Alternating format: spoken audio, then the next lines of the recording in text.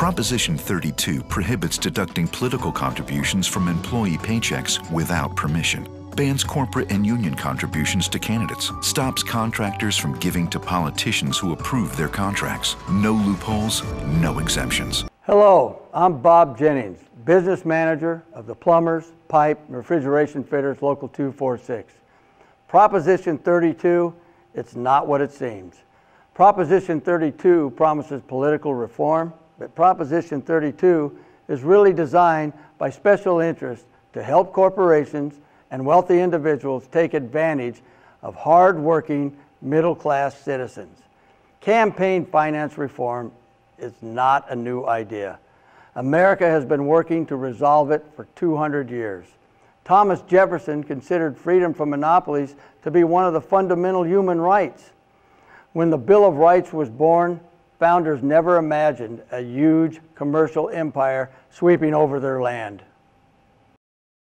I hope we shall crush in its birth the aristocracy of our moneyed corporations, which dare already to challenge our government in a trial of strength and bid defiance to the laws of our country.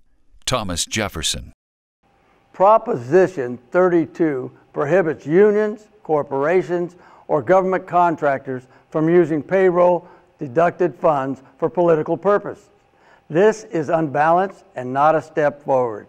Restricting unions and their workers while not stopping corporate special interests will result in a California political system that favors corporate special interests over everyone else. The group behind Proposition 32, the Lincoln Club of Orange County, are wealthy, anti-union business executives who are trying to fool the public into thinking they're about improving government by stopping special interests.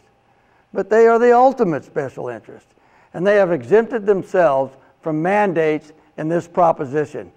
Abraham Lincoln, the namesake of this elite organization, stated, I see in the near future a crisis approaching that unnerves me and causes me to tremble for the safety of my country.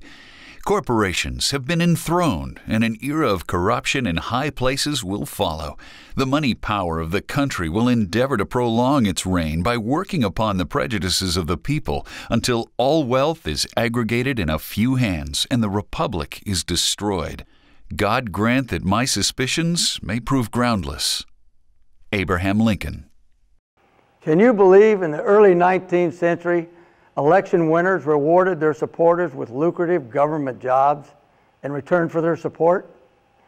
Government employees were taxed an assessment to fund political campaigns of the elected leaders and the political party in power.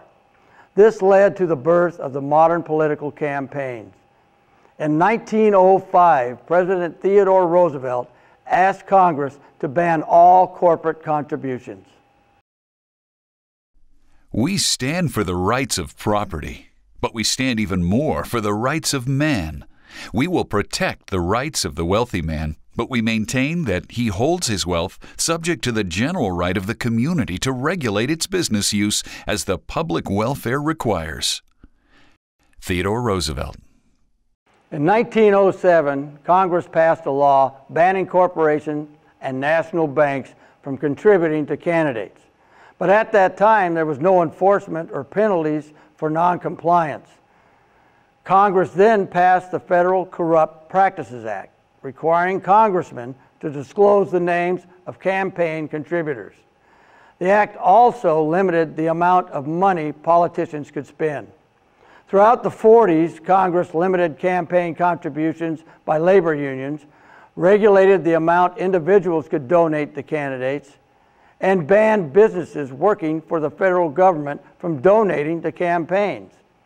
In 1947, both labor unions and corporations were barred from making contributions to federal elections.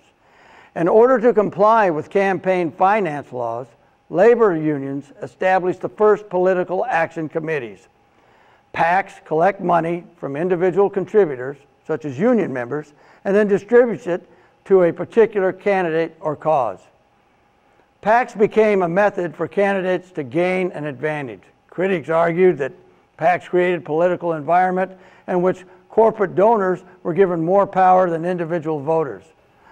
Decades before the creation of PACs, these next guys warned the nation of the rise in corporate power. The question is distinctly presented whether the people of the United States are to govern through representatives chosen by their unbiased suffrages, or whether the money and power of a great corporation are to be secretly exerted to influence their judgment and control their decisions. Andrew Jackson. There is an evil which ought to be guarded against in the indefinite accumulation of property from the capacity of holding it in perpetuity by corporations. The power of all corporations ought to be limited in this respect. The growing wealth acquired by them never fails to be a source of abuses. James Madison. What's haunting is how few donors are actually behind super PACs. Very few donations and huge amounts of money. That's the pattern of super PACs. The 2010 U.S. Supreme Court Citizens United decision allows unlimited corporate campaign spending. These economic royalists complain that we seek to overthrow the institutions of America. What they really complain of is that we seek to take away their power. In vain, they seek to hide behind the flag and the Constitution. In their blindness, they forget what the flag and the Constitution stand for. Franklin D. Roosevelt. Super PACs this year have taken in more than $300 million. No one knowing for sure where most of that money comes from. Backers of Prop 32 argue repeatedly that the measure will reduce the influence of both corporations and unions in politics. But Prop 32 will actually increase the power of corporations in California, because super PAC supporters will still have the ability to make massive donations. A $4 million donation came from the American Future Fund, a shadowy organization with close ties to the billionaire Koch brothers. Ultra-conservative David and Charles Koch made their fortunes in natural gas and oil and have bankrolled the National Tea Party movement and right-wing political candidates over the past few years. They have poured hundreds of millions of dollars into the anti-union effort throughout the nation. Secret groups like the American Future Fund, backed by right-wing organizations, have been spending tens of millions of dollars this year trying to elect Republicans and defeat President Barack Obama. So why do big corporations support Prop 32? It would still allow them to influence elections and political candidates through massive contributions to super PACs and dark money groups. Prop 32 would effectively strip unions of the ability to influence elections by making it next to impossible to raise and spend funds for political causes. If big money donors and corporations succeed in tricking voters this year, they will strike with frightening efficiency to consolidate power. If you're a 1% billionaire, that's good news. If you're a member of the 99%, like the rest of us, that ought to scare the hell out of you. If these wealthy few and greedy corporations are able to push workers aside to pursue their agenda, it means everything from overtime pay, prevailing wage for workers, to funding for schools and public safety is at risk. It means there won't be anyone left to stand in their way when they try to strip away laws that protect worker safety in our environment.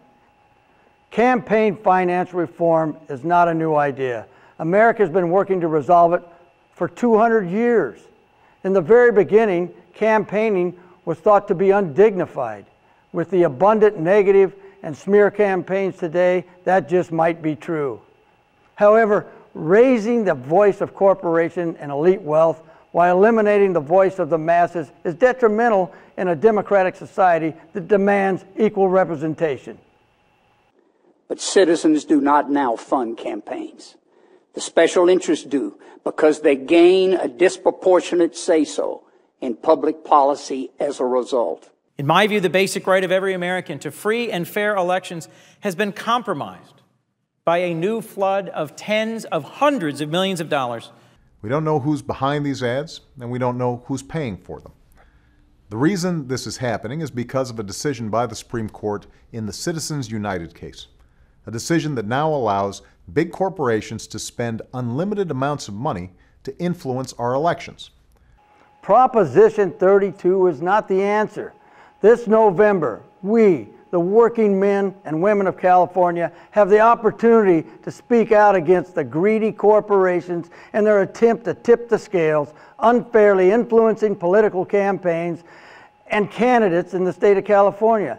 Don't be fooled by Prop 32. If the billionaires land this blow, the next punch will follow quickly, and that would likely be a knockout to California's middle class. Stand up, be heard. Vote no on Proposition 32. I'm Bob Jennings. Thank you.